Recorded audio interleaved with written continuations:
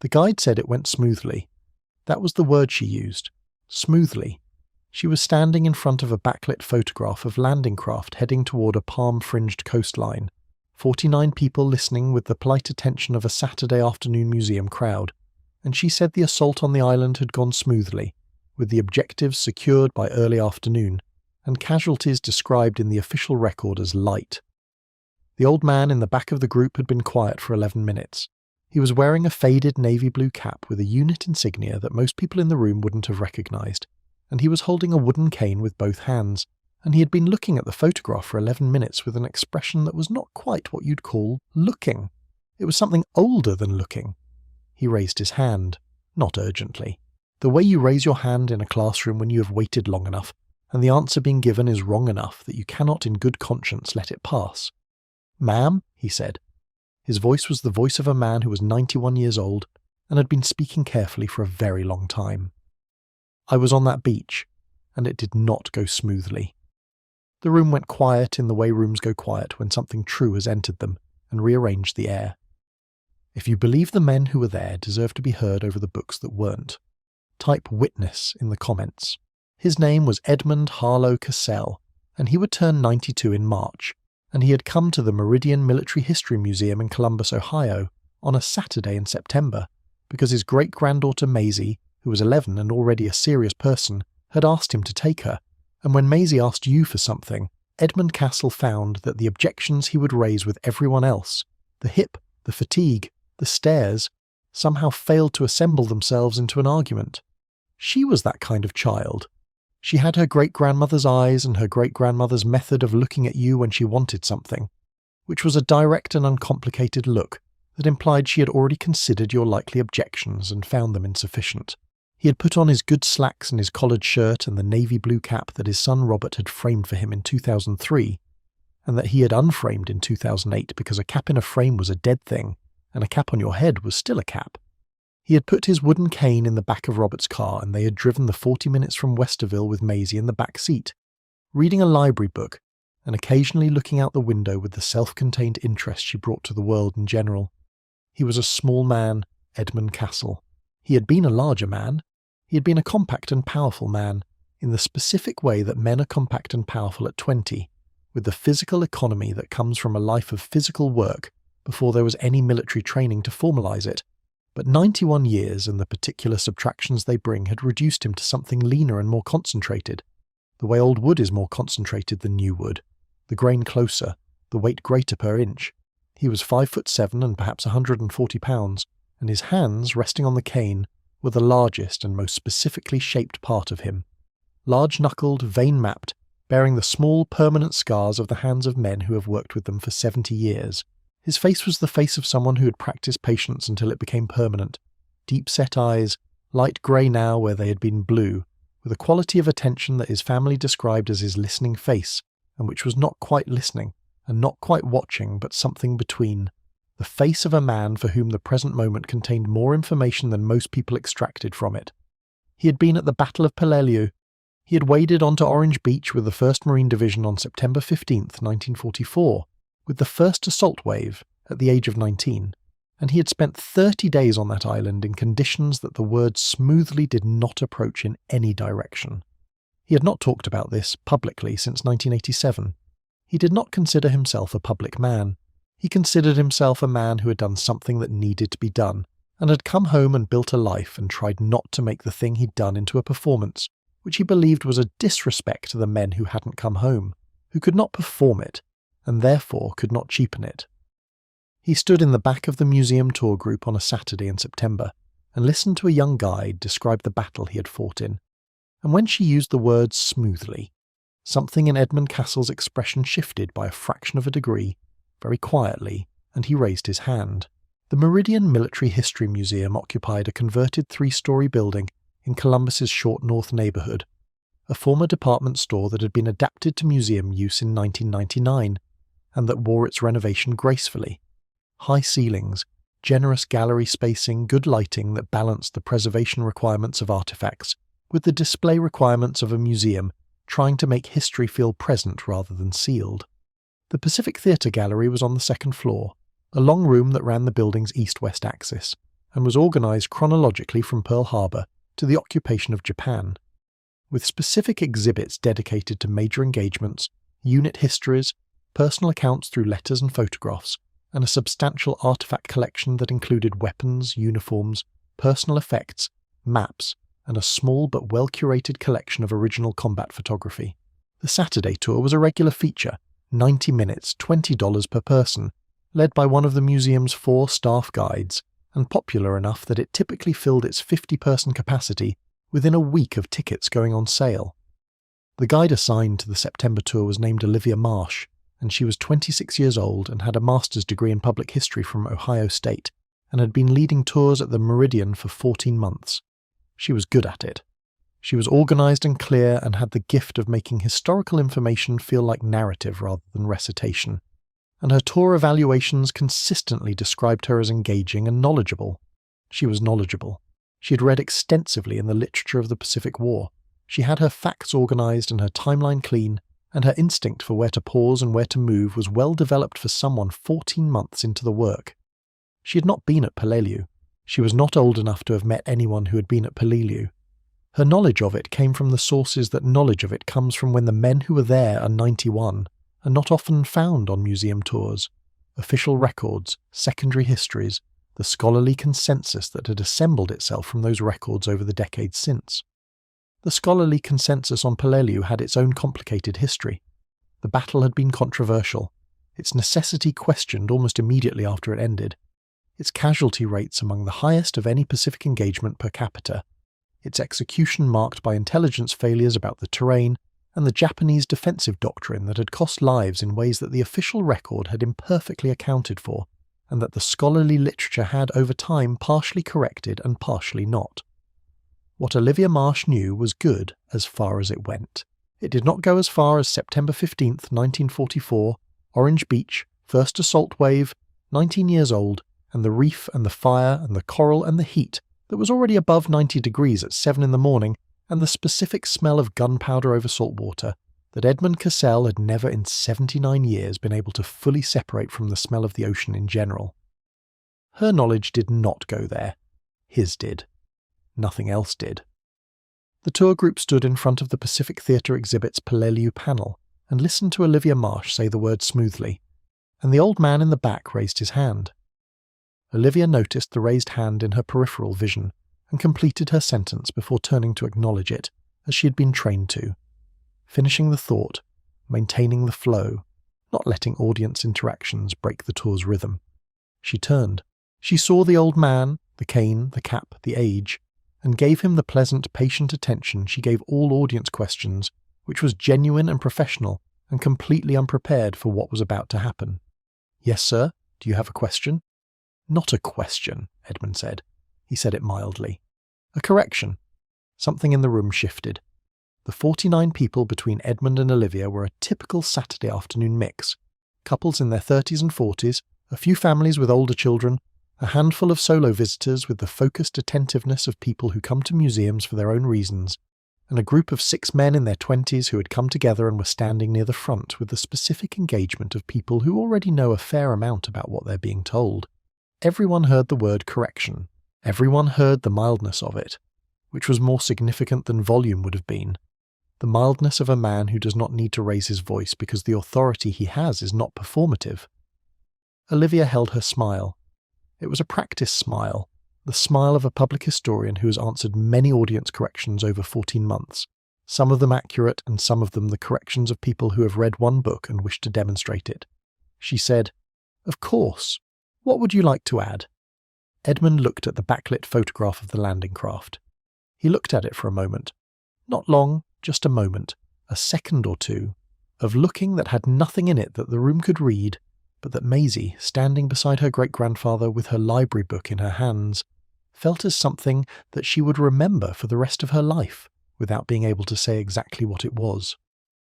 The assault on Peleliu did not go smoothly, Edmund said. He was not loud. He was not performing. He was stating a fact in the way that facts are stated when the speaker has direct personal knowledge of them, and has spent a long time allowing the facts to be what they are without decoration. The reef approach on Orange Beach took 22 minutes under direct fire. We lost men on the tractors before we reached the beach. We lost men in the water.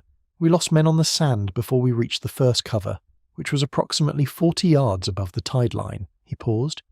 "The objectives were not secured by early afternoon. The airfield, which was the primary objective, was not secured until the end of the second day, under conditions that cost the 1st Marine Regiment approximately half its effective strength." He looked at Olivia. His expression was not unkind. It was the expression of a man correcting a record that he has a specific relationship to and that the record has gotten wrong. "The commanding officer of the 1st Marine Division at Peleliu was Major General William Rupertus," he said. "Not General Geiger. General Geiger commanded the 3rd Amphibious Corps, which had oversight, but the divisional command was Rupertus. That distinction matters because Rupertus's decisions in the first 48 hours significantly affected the casualty rate." He was quiet for a moment. "And the approach direction on Orange Beach was from the southwest, not the south. The current ran north along the reef, which pushed the tractors off their approach lanes. That's why the first wave hit the wrong sectors. The room was completely still, not the polite stillness of a museum tour. The stillness of a room that has just understood it is in the presence of something it cannot categorize in any of its usual categories." Olivia was looking at him. Her practiced smile had not exactly disappeared, but had been replaced by something that had more of her actual self in it. She said carefully, "May I ask how you know this?" Edmund Cassell looked at her with his light grey eyes. "I was there," he said. "September 15th, 1944, 1st Marine Division, 1st Assault Wave, Orange Beach 2. He reached up and touched the brim of his cap once briefly. Not a gesture of pride, just an indication, a pointing toward the insignia. "I was 19 years old. The 6 men at the front turned to look at him. The couple to the left turned, the families turned, the solo visitors turned. The room turned toward the old man in the back, the way rooms turn when the gravity changes, and the change in this room was complete and silent and total." And Maisie, standing beside her great-grandfather, looked up at his face with an expression that was going to live in her for the rest of her life. Olivia Marsh had a protocol for tour disruptions. She had a protocol for factual challenges. She had a protocol for managing difficult audience members, enthusiastic audience members, grieving audience members who sometimes came to the Pacific Gallery and stood too long in front of certain photographs. She did not have a protocol for a 91-year-old first-wave assault veteran of the Battle of Peleliu, standing in her tour group and correcting the exhibit text from first-hand knowledge. She stood in front of the backlit photograph and looked at Edmund Cassell for a moment, and then she did what she would later describe to the museum director as the only thing that made any sense, which was to stop the tour. Not formally, not announcing it, not calling attention to the cessation of the prepared content, but simply stopping it, stepping back from the lectern posture that guides adopt unconsciously, and into the posture of a person in a room with someone who has something to say. "Would you be willing to tell us more?" she said. It was a simple question. It was the right question. Edmund looked at her. He looked at the group. He was not a public speaker. He had not spoken publicly about Peleliu since a Veterans Day event in 1987 at the Westerville American Legion, and that speech had been 15 minutes prepared in advance, and this was not that. He looked at Maisie, who was looking up at him with the direct, uncomplicated look that had gotten him into the car this morning. He looked at the photograph. He said, "What do you want to know?" And the tour stopped being a tour, and the room became something else.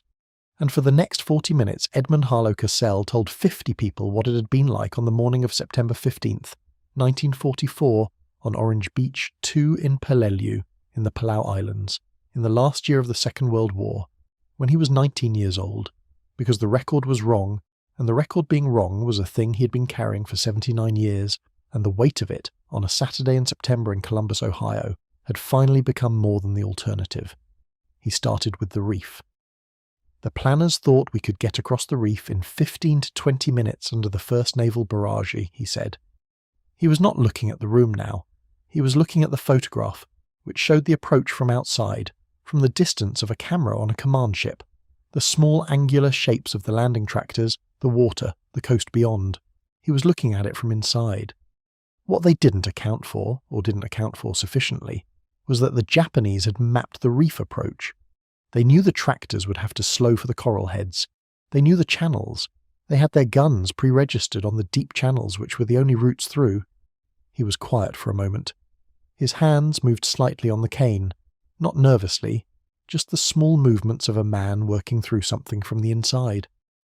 The fire started when we were about 800 yards out, not the light stuff, the heavy stuff, 47mm guns, mortars, the recoilless rifles from the point. The tractors in front of me took hits before they reached the shallow water. He stopped. He looked at the floor and then at the photograph again. I was in the fourth tractor of my wave. The third tractor took a direct hit from a mortar on the reef. I saw it. He did not elaborate on what he saw. He did not need to. The room understood what a direct mortar hit on a landing tractor full of Marines meant, and the understanding was sufficient. We got across, he said. Some of us. We hit the beach, and the beach was not what the briefings had described. The briefings had described a beach. What we found was a coral shelf with 2 feet of vertical rise before the sand, which sounds like nothing. And when you're coming out of a tractor under direct fire and you have to go over a 2-foot coral lip before you can run, it is not nothing. Men went down on the lip. A woman in the middle of the group pressed her hand to her mouth. She was perhaps 50 years old and had come with her husband and had been paying the ordinary attentive attention of a museum visitor and was now paying a different kind of attention entirely. Her husband put his hand on her shoulder. She didn't look at him. She kept looking at Edmund. We reached the first cover, Edmund continued. He was using cover as a technical term, the physical geology of the terrain, the coral ridges that the landing intelligence had not adequately mapped, and that turned out to be not obstacles, but fortifications, not the natural terrain of a beach, but a prepared defensive system that the Japanese had spent 8 months building into the limestone. We lost. In the first wave on Orange Beach 2, we lost. He stopped. He did not finish that sentence. He started a different one. In the first hour, he said, the 1st Marine Regiment sustained casualties that the divisional commander, General Rupertus, had projected as the total for the entire operation. He looked at the photograph. He had told reporters the operation would be over in 4 days. He said this without bitterness, just as information, just as a fact that lived next to the other facts in the specific arrangement of a true account. It took 30 days, he said. The cost of those 30 days, to the 1st Marines, to the 5th and 7th, to the men who came in during the relief, the cost was approximately 10,000 casualties, 40% of the division. He looked at Olivia. That is not light, he said. She looked back at him and did not say anything. There was nothing to say. The exhibit text, with its light casualties, was visible on the panel to her left. She could see it without turning her head, and so could most of the group. No one was looking at it. One of the 6 young men from the front of the group had moved toward the back during Edmund's account, not pushing through but edging along the wall wanting to be closer. His name was Paul Delatorre, and he was 24 and had a degree in military history that he had finished the previous year and had not yet figured out what to do with. And he was the kind of young man for whom military history was not an academic subject but a moral one, the kind of person who reads the accounts of battles not to understand the strategy, but to understand what it cost, and for whom that understanding had been, up to this moment, entirely second-hand. He was standing now at the edge of the room, 10 feet from Edmund, looking at the old man with the specific hunger of someone who has spent years trying to get closer to something, and has just found it in a place he didn't expect. He had a pen in his hand without having decided to take it out. A woman beside him noticed this and quietly passed him a small notebook from her bag, the way you pass something to someone who clearly needs it, without making it a thing. Paul looked at the notebook. He looked at Edmund. He opened the notebook to the first page and began to write. Edmund had not finished. He was not rushing. He had not yet talked about the Umabrogal, which was the ridge system in the island's interior that turned out to be a labyrinth of interconnected caves and tunnels and fortified positions that the American planners had not known existed, and that consumed the operation's remaining 27 days in the most concentrated and brutal close-quarters combat of the Pacific War. He had not yet talked about the heat, which was 115 degrees on the coral, and which the official records described as extreme conditions, and which the men who were there described in other terms that were not the language of official records. He had not yet talked about the water, which ran out on the 2nd day, and was not adequately resupplied for 36 hours in 115-degree heat on a coral island with no shade that wasn't being mortared. He had not yet talked about Lieutenant Colonel Louis Chesty Puller, who commanded the 1st Marines at Peleliu, and who was one of the most decorated Marines in the Corps' history, and who ran his regiment into the Umabregol for 3 days under orders from General Rupertus, who had rejected the offer of army infantry reinforcements because he wanted the operation to remain a marine operation, and whose decision cost the 1st Marines a casualty rate from which the regiment did not fully recover for the rest of the war. He had not yet talked about the smell of the island, which was the specific smell of coral limestone and jungle vegetation and the aftermath of combat, a smell that had been described by every man who had been there as unlike anything before or since, a smell that Edmund Castle had encountered once in the late 1980s in a completely different context, a limestone quarry in Ohio on a hot August afternoon, and that had put him on his knees on the gravel before he understood what was happening to him. He had not talked about any of these things. He was talking about the reef approach and the beach and the first hour, and the room was so quiet that the climate control system's hum was audible, and the light through the gallery windows was the specific afternoon light of September in Ohio, and 50 people were looking at a man who was 19 years old on a beach in the Pacific in 1944 and 91 years old in Columbus in 2023, and both of those things at the same time, which is what is meant when we say that some men carry something that time does not resolve. There was a woman in the group named Patricia Sundell, who was 63 years old and had come to the museum because her father had served in the Pacific War and had died in 1994 without having told her much about it, and who came to Pacific Theater exhibits the way some people go to churches where someone they loved used to go. Not for the theology, but for the proximity to something she had missed when the person who contained it was still accessible and reachable, and she had been too young or too busy or too much in the ordinary flow of things to ask the questions that would have opened it. She had asked the questions eventually. She had started asking them around 1990, and her father had answered in the specific way that men of that generation answered, partially elliptically in the direction of the question without quite reaching it. And by 1994, the opportunity had closed. She carried this the way people carry the questions they didn't ask in time, which is differently from the questions they asked and got answered. Heavier, more specific, unreturnable. She was standing in the middle of the group and listening to Edmund Castle and crying, silently, in the way of someone who is not crying about Edmund Castle, but about the thing Edmund Castle is making present, which was her father at 23 on a ship, somewhere in the Pacific, alone with the thing he would carry for the rest of his life and never entirely give to anyone. She was not the only one. 2 people to her left, a man of about 70 had taken off his glasses and was holding them in his hand. His shoulders had the set of someone working against something. His name, she would learn later, was Robert Chin, and his uncle had been at Peleliu with the 7th Marines and had come home and never talked about it, and had died in 1978, and Robert had been 25 at the funeral, and had not known, standing at the graveside, what he was standing at the graveside of, which is the specific bereavement of people who don't find out what a person carried until after the carrying is over. He was finding out now, 45 years later, in a museum on a Saturday afternoon. He was finding out from a man who was the same age his uncle would have been, wearing a faded cap, holding a cane, saying these things in the voice of a man who has held them so long that the holding has become a kind of precision, nothing exaggerated, nothing reduced, the thing exactly as it was, given to the room without ceremony or complaint. Edmund did not see these people weeping. He was not performing for them.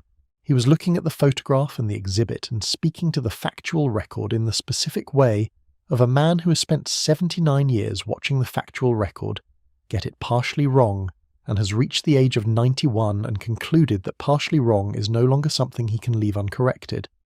Not because it offends him, but because the men who can't correct it themselves deserve to have someone do it for them.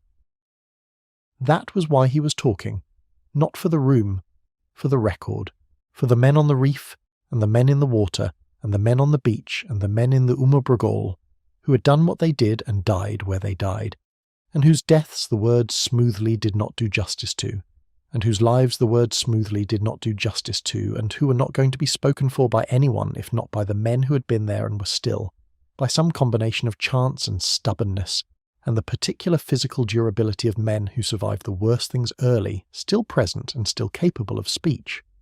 He talked about the Umabregol for 8 minutes.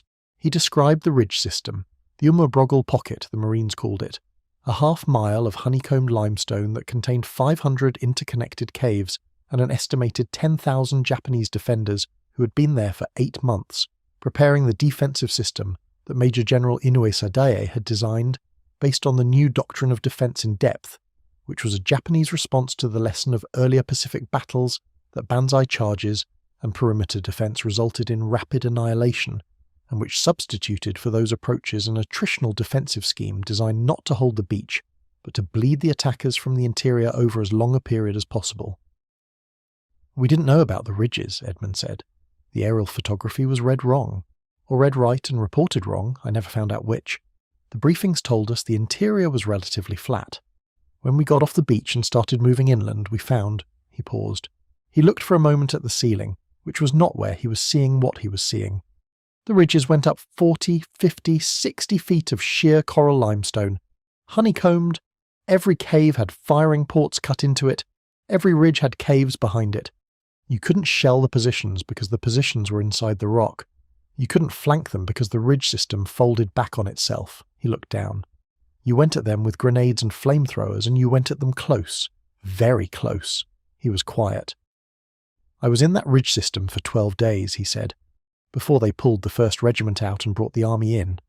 He looked at the exhibit panel, which had a photograph of Marines on the ridgeline that was one of the famous Peleliu photographs, the one that showed a column of men moving up a coral slope with the exhaustion and watchfulness of men who have been doing this for a long time. He looked at it. "I know 2 of the men in that photograph," he said. "One of them came home, one of them didn't." He said this with the factual delivery that had characterized everything he'd said, not performing the grief of it, not reducing it, just saying it in the way that true things are said when you've lived with them for long enough that the saying of them is simply the truth taking its natural shape. Paul Delatorre at the wall with his notebook stopped writing. He had been writing steadily for 20 minutes. He stopped because he had run out of page, but also because there was something in the room that was past writing, past the capability of notes to capture, something that existed only in the space between Edmund's voice and the 50 people listening to it, and that required no documentation because it was being made in everyone present, right now, in the specific, permanent way that true things make themselves in the people who receive them. Maisie had moved closer to her great-grandfather. She was standing directly beside him now, close enough that her shoulder was against his arm, which Edmund did not acknowledge and did not need to. He could feel her there. He had been able to feel her there since she was born, the specific gravity of her, which was one of the reasons he was still alive, he privately believed. Not medically, but in the more fundamental sense that a man who has someone beside him continues forward in a way that a man standing alone does not. He looked at the photograph of the 2 men on the ridge and said their names. He had never said their names in public. He said them now. He said, Thomas Bauer, Corporal, 1st Marine Division, killed in action, Peleliu, September 28, 1944. And he said, James Kowalczyk, Corporal, 1st Marine Division, returned home, Akron, Ohio, died 2001. He said the names clearly, with the care that names deserve, in the way that names are the last true thing when everything else is gone, and after he said them the room held them for a moment, and then he was quiet, and the quiet was total and specific, and full of something that the word quiet does not adequately contain. The museum director, whose name was Frances Okafor, had been in her 2nd-floor office when her assistant knocked and said that something was happening in the Pacific Gallery. Frances was 51 years old and had been the Meridian's director for 7 years, and had run cultural institutions for 20 years before that, and she had developed the specific instinct of administrators in public spaces for distinguishing between something happening that required management and something happening that required witness. The knock, and her assistant's face behind it, said clearly that this was the second kind, and Frances left her office and walked to the gallery and stood at the entrance, and listened for 12 minutes. And at the end of those 12 minutes she understood 3 things. The first was that Olivia Marsh had done exactly the right thing. The second was that the exhibit text on the Peleliu panel needed to be reviewed by someone with more expertise than the secondary sources it had been drawn from. The third was that the man standing in her gallery with the cane and the faded cap, telling 50 people what had actually happened on September the 15th, 1944, was telling them something that no exhibit panel and no guided tour and no official record had ever or would ever communicate. And that if she had any ability to bring that thing back to this building and give it to the people who came here to understand what they were looking at, she had an obligation to try. She stood at the entrance and listened. She did not interrupt. She was a professional.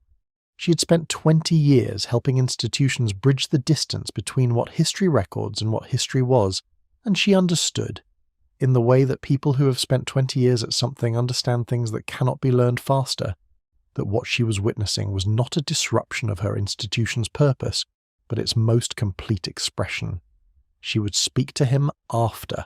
She needed to think about how to ask. She looked at the old man with the cane and the cap speaking to a gallery of strangers about two men whose names she now knew, Thomas Bauer and James Kowalczyk, and she thought, this is what we're here for. This is exactly this. She was already writing the words of the request in her head, turning them over, setting them down, finding the right ones, the ones that would be worth his time and equal to what he'd given the room in the last 35 minutes, without being asked and without being paid, and without apparently having planned to say anything at all until the words smoothly had made the alternative impossible. Edmund finished in the way he had started, without performance, without ceremony, simply arriving at the end of what he was going to say and being quiet. He had talked for 40 minutes, which was 39 minutes longer than he had intended when he raised his hand. He had talked about the reef approach and the beach and the first hour and the Umabrugol and the heat and the water and the two men in the photograph. He had corrected the timeline, the casualty count, the commanding officer, the direction of approach. He had given the room what the room had needed, which was not more information but a specific kind of truth. The truth that has a body in it, that comes from a person who was present rather than from a record assembled from people who were present, and that carries in its very structure the weight of the thing it describes. He had not cried. He was 91 years old, and had been carrying this for 79 years, and he had not cried about it in approximately that time, not because he did not feel it, but because he had reached a place with it that was past the kind of feeling that produces tears, and into the kind of feeling that simply is, present, complete, specifically weighted, not going anywhere. He looked at the exhibit panel. The text was still wrong. He looked at Olivia Marsh, who was standing to the left of the panel looking at him with an expression that had nothing of the guide's professional manner left in it and everything of the person underneath. He said to her, the exhibit should reflect General Rupertus's role, and the casualty figures should come from the divisional record, not the post-action summary, which was compiled before the medical records were complete. He paused. I have correspondence, letters from that period, unit histories I kept. If the museum would like them, to correct the record, they're available. Olivia said, yes, immediately, without looking at Francis, who was at the entrance and who said, also immediately, yes. Edmund nodded. He put both hands on his cane. Maisie, beside him, took his arm, not to support him, or not only to support him, but in the specific way that an 11-year-old takes the arm of someone they love and are proud of and do not have adequate words for. He looked at her. She looked up at him with those eyes, her great-grandmother's eyes, and did not say anything, and did not need to. The room was still quiet. Nobody had moved toward the next exhibit. Nobody was looking at their phone. The 50 people who had come on a Saturday afternoon for a museum tour were standing in the Pacific Theater gallery of the Meridian Military History Museum in Columbus, Ohio, in the specific quiet that follows something that has changed them, and they were staying in it for as long as it lasted because they understood, without having to articulate it, that it was not going to last, that ordinary time was going to reassert itself shortly, and that they should be present for this particular quiet for as long as it was available to them. Frances Okafor walked across the gallery toward the old man with the cane. She walked the way you walk toward someone you intend to ask something important, with deliberateness and care. Edmund watched her come. He waited, as he always waited, with the patience of a man for whom patience was not a choice, but a condition, earned in the specific school of places where the alternative to patience was permanent. Frances introduced herself. Edmund shook her hand with both of his right over hers, his left covering the handshake from above, which was not a practiced gesture but a natural one, the gesture of a man for whom a handshake was not a transaction but a greeting in the older sense. She said, I want to thank you for what you gave this room today. I don't have adequate words for what that was. He looked at her. The record needed correcting, he said. She nodded. I'd like to ask you something, and I want you to know that the answer is entirely yours and there is no correct answer, and I will respect whatever you say. She paused. Would you be willing to come back to this museum to speak to, not a tour group, not informally, but as the primary voice on this exhibit? She gestured at the WWII panel. "We have a first-person program, oral history events where veterans and survivors come and speak about what they experienced. We've had 3 sessions in the last 2 years. I would like, with your permission, to dedicate an entire session to WWII, to your account." She looked at him. "What you said in the last 40 minutes is something no secondary source can give. No exhibit panel, no photograph caption.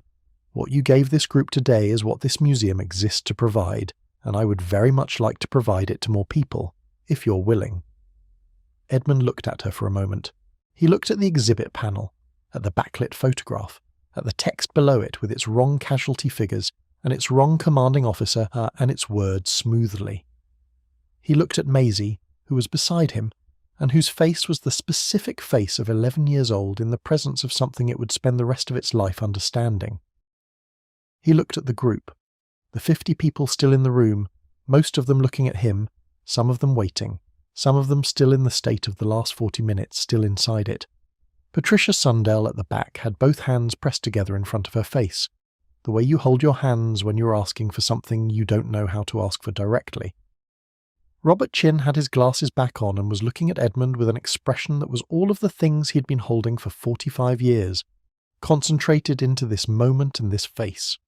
Paul Delatorre at the wall had his notebook closed in his hands. He was not writing.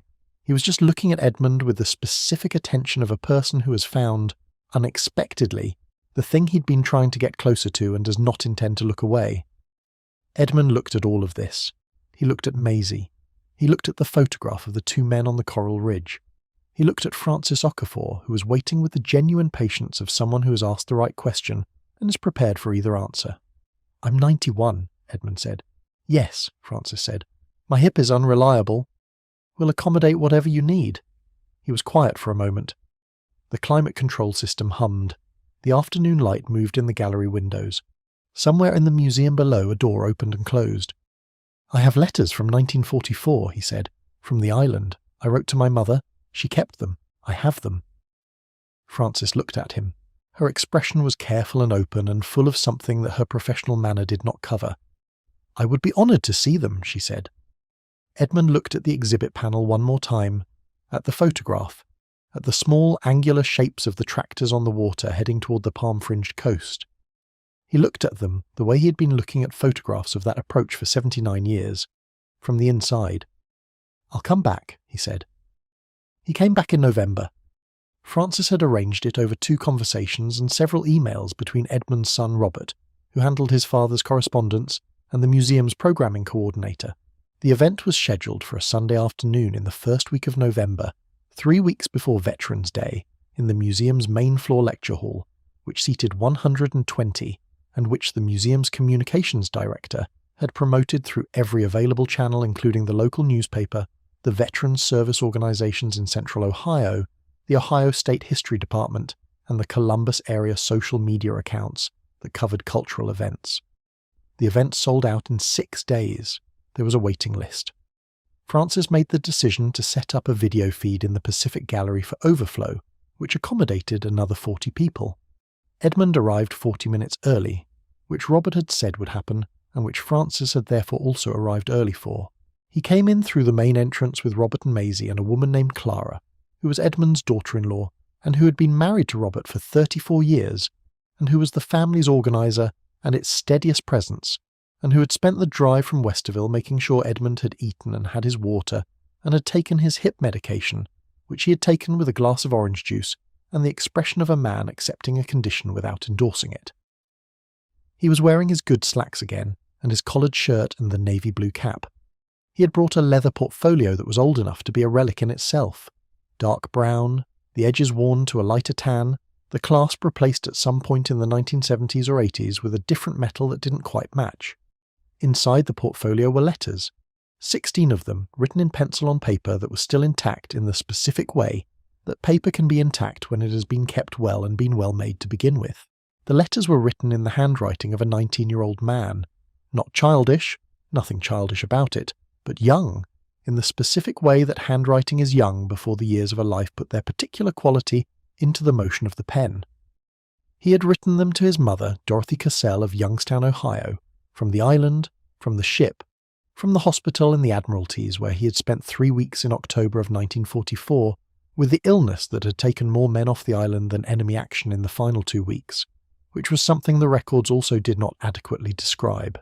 His mother had written her name on the back of each envelope in her own hand, Edmund Peleliu, 1944, and had kept them in a box with his discharge papers and his medals, and the formal photograph of him in his dress uniform taken in Youngstown in August of 1943 before he shipped out, when he was 18, and did not know what Peleliu was and could not have imagined it, and would not have believed it if it had been described to him, which it was not, which was how things worked. Dorothy Cassell had died in 1979 and the box had come to Edmund, and he had put it in the back of his closet and opened it 3 times in the following 44 years, which was not avoidance exactly, but was also not engagement, but was the specific middle distance at which certain things can be carried without becoming unbearable. He had taken the portfolio out the night before the museum event and sat at the kitchen table for 2 hours reading the letters, which he had not done in full since 1989. He had read them with the strange dual experience of recognizing his own words and not recognizing the person who'd written them. The 19-year-old who wrote about the heat and the fear in language that circled around the center of the experience without entering it, because the language available to a 19-year-old on a coral island in 1944 was not adequate to the thing, and because his mother was reading them and he was trying to protect her from it, and because there are things that are not reducible to letters and the knowledge of this is part of what you carry. He had sat at the kitchen table and read the letters, and Maisie had come down for a glass of water and had seen him and had come and sat across from him without being invited and without speaking. And he had looked at her across the letters, and she had looked at him across the table, and they had sat like that for a while in the kitchen light.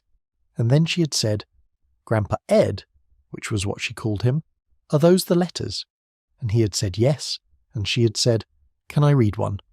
And he had looked at her for a moment with his light grey eyes, and then he had said yes, and given her the one from September 20th, 1944, 5 days after the beach, the most controlled of the letters, the most careful. And she had read it slowly and carefully in the way she read everything, and when she finished she had put it down on the table and looked at it for a moment, and then looked at him and said, "You were really brave." He had looked at her. He had thought about this for a moment. He had said, "I was really scared. There's a difference." She had thought about this in the way she thought about things. Maybe not that much of one, she had said. He had looked at her for a long time. He had said, "You're going to be very good at whatever you do." She had nodded, which was not modesty but agreement, which he appreciated. He had put the letters back in the portfolio. He had closed the clasp.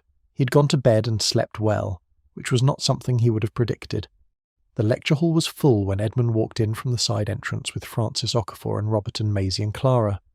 Full in the specific way that rooms are full when the people in them have come deliberately, have chosen this, have driven or taken the bus or gotten rides and found parking and climbed the stairs and are sitting in the hall in November with their coats on their laps because they have been looking for something that they hoped was going to be here. Francis had arranged a small table at the front with a glass of water and a microphone and a chair that could be adjusted for someone who needed to sit but might also stand. And Edmund sat in the chair and looked at the room and said, into the microphone, without preamble, "I was 19 years old. My mother didn't want me to enlist. I enlisted anyway, which is a decision I've thought about for 79 years, and which I can tell you now, at 91, was both the right decision and the worst thing that ever happened to me, and those are not contradictions." He paused. "My name is Edmund Castle. On September the 15th, 1944, I waded onto Orange Beach 2 on the island of Peleliu with the first assault wave of the 1st Marine Division. I am going to tell you what that was like. I am going to tell you because the record is wrong, and the men who were there deserve a correct record and most of them can no longer provide one. I am going to tell you because my great-granddaughter is in this room." He looked at Maisie, who was in the front row between Robert and Clara, looking back at him with those eyes. "She's 11 years old and she's going to spend her life trying to understand the world she's in. This is part of the world she's in. I want her to hear it from me." He picked up the portfolio. He opened it. He took out the first letter. "I'm going to read you what I wrote to my mother from the island," he said, "and then I'm going to tell you what I left out." He unfolded the letter with his large hands and held it up to the light. The room was absolutely quiet. He began to read.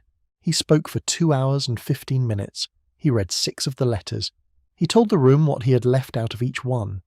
Not because the letters were dishonest, but because the letters were 19 and afraid, and trying not to frighten a mother in Youngstown, Ohio, and so the letters contained the outline of the truth, and his voice, 79 years later, filled in the interior.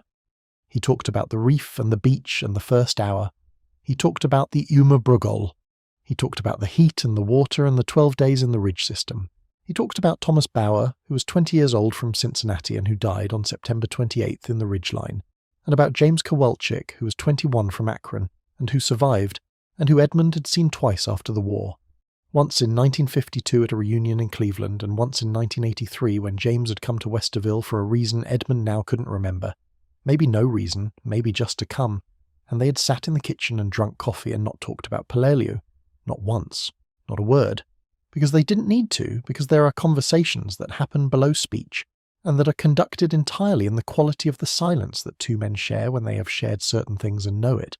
He talked about coming home, the ship, the harbour, Youngstown, his mother standing on the platform with his father, who was a big, quiet man who had not said anything when Edmund enlisted, and had not said anything when he came home, but had held him for a long moment at the platform in a way that Edmund had never forgotten, and that he described, in the lecture hall in Columbus, as the most accurate communication he had ever received from another person.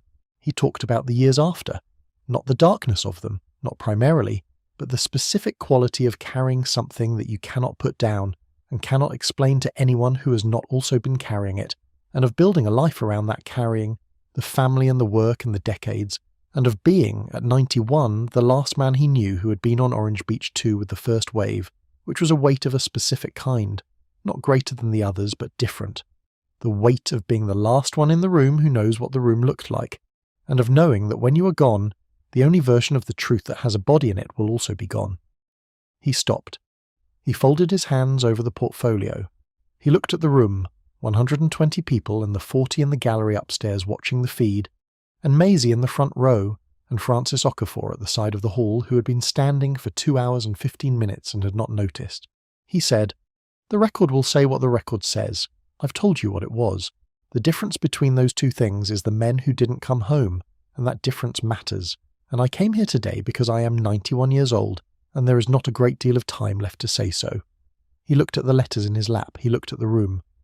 "Ask me what you need to ask," he said. They asked for 45 minutes. They asked about the tractors and the reef and the Japanese defensive doctrine, and what the inside of the cave positions looked like, and what the food was, and how they slept, and what General Rupertus said to the regiment after the 1st Marines were relieved, and whether Edmund had gone back, which he had not, and whether he wanted to, which he thought about and answered carefully. "I've thought about it. I think the island without the men who were there is just an island. The men are not on the island. They're here." He touched his chest once, briefly, without drama. Paul de la Torre was in the audience. He had driven from Cincinnati for the event, and asked a question about the intelligence failures that had led to the incorrect terrain assessment, which was a specific question from a person who had done research, and Edmund answered it at length and with precision and said at the end, "If you're writing about this, the word to use is not mistake. Use inadequacy. The intelligence was inadequate. Mistakes are single events. Inadequacy is structural, and Palalu was structural." Paul wrote this down. Patricia Sundell was in the audience. She did not ask a question for the first 30 minutes of the question period, and then raised her hand and said, "My father was in the Pacific.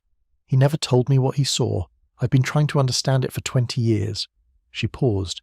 She was not going to be able to finish this sentence without it breaking. She said, "Thank you." Edmund looked at her for a long moment. He said, "What was his name?" She told him. He said, "I didn't know him, but I knew men like him. And the thing he didn't tell you because you were more important to him than the truth of it was. That's not a failure. That's a choice. And it was the right choice for a father to make." Patricia Sundell sat down. She sat down and pressed her hands together in her lap, and Robert Chin, who was 2 seats away and had been one of the first people in the hall when the doors opened, reached over and put his hand over hers for a moment, which was something he had never done before in his life to a person he had not met until today, and which felt, to both of them, exactly appropriate. The museum mounted the corrected exhibit over the following 4 months. Francis Okafor commissioned a historian from Ohio State, a Palalu specialist whose name Edmund recognized from a monograph he'd read in 2008 and found the best secondary account he'd encountered. to review the Pacific Gallery's text panels with Edmund as the primary source. The casualty figures were corrected. General Rupertus's role was properly attributed. The beach approach direction was corrected. The description of the Brogol defensive system was expanded from 2 sentences to a full panel, with a diagram. The phrase light casualties was removed from the Peleliu exhibit and replaced with text that gave the actual figures and their context, which was that the 1st Marine Division's casualty rate at Peleliu was among the highest per engagement of any American operation in the Pacific War, and that this rate remained a subject of historical debate about the operation's strategic necessity that had not been resolved. Edmund reviewed the revised text 3 times. He corrected 4 things on the first review, 2 on the second, and 1 on the third, which was a date. He said the exhibit was adequate when he was done with it, which Francis had been told by Robert to interpret as high praise.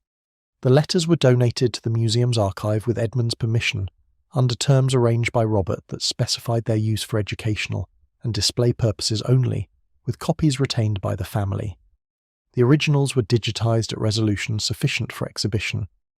3 of the letters were selected for a new display case in the Peleliu section, framed, with typed transcripts beside them, with a small caption that read, "Letters from Lance Corporal Edmund H. Castle, to his mother, Dorothy Castle, written from Peleliu, September to October 1944. Edmund did not see these until the exhibit reopening in March, which was the week before his 92nd birthday, and he stood in front of them for a long time while Robert and Clara and Maisie stood nearby in the specific posture of people waiting at the right distance. He read them, standing, the letters he had written at 19 to his mother. He read them the way you read yourself at a great distance, with recognition and with strangeness, and with something that is not quite pride and not quite grief, but contains both, the specific compound of a life's distance from its own beginnings. He looked at his mother's handwriting on the envelope case beside the display, Edmund Peleliu, 1944, which was Dorothy Castle's hand in 1944, which was 120 people and 40 more on a video feed, and a room full of questions and Maisie in the front row and 79 years in between. He put his hand on the case, briefly, the way he had put his hand on Harold Okonkwo's plaque, the way people put their hands on the things that carry the dead, not to hold them, but to confirm that the carrying is still happening and is still right. He took his hand away. He stood straight. He turned to Maisie. "Well," he said, "I told you it was a mess." She looked at him. "You also said you were scared," she said, "and I said that was brave." "You said maybe not that much of a difference," he corrected. "Yes," she said. She took his arm. They walked to the next exhibit. There is a particular kind of courage that is not the courage of the moment. That is the courage of the long afterward, the willingness to carry something correctly for a very long time, without recognition and without complaint, and without letting the carrying make you hard or bitter or untrue to what you're carrying. Edmund Castle had that kind of courage. He had it from the time he was 20 years old on a hospital ship in the Admiralties, leaving Peleliu behind, carrying 2 names and a reef approach, and 12 days in coral ridges that smelled like limestone and gunpowder, and he had it at 30 and 50 and 70 and 91 when he raised his hand in a museum gallery, because the word smoothly was in the same room with the names of the men who were not coming back to correct it, and someone had to. He raised his hand for Thomas Bauer and James Kowalczyk, for the men on the reef and the men on the sand and the men in the Brogol, for Dorothy Castle's handwriting on an envelope in a box that she kept for 35 years and that he kept for 44 more, for the record, which was wrong and which had been wrong long enough. He raised his hand once mildly, in the way of a man correcting a fact he has a specific relationship to, and the room heard something it will not forget, and the record was corrected, and Maisie sat in the front row. That is enough. That is everything. That is the whole of it. If this story moved something in you, if you believe the men who were there deserve a correct record and the people who love them deserve to hear it, subscribe to this channel. We tell these stories every week because the records they correct are still wrong in 1,000 places, and the men who can set them right are leaving us, and the time to listen is now, and there is no later version of now that will do. Ring the bell. Share this with someone who has never heard the name Peleliu, for Edmund, for Thomas Bauer, for James Kowalczyk, and for every mother who kept the letters,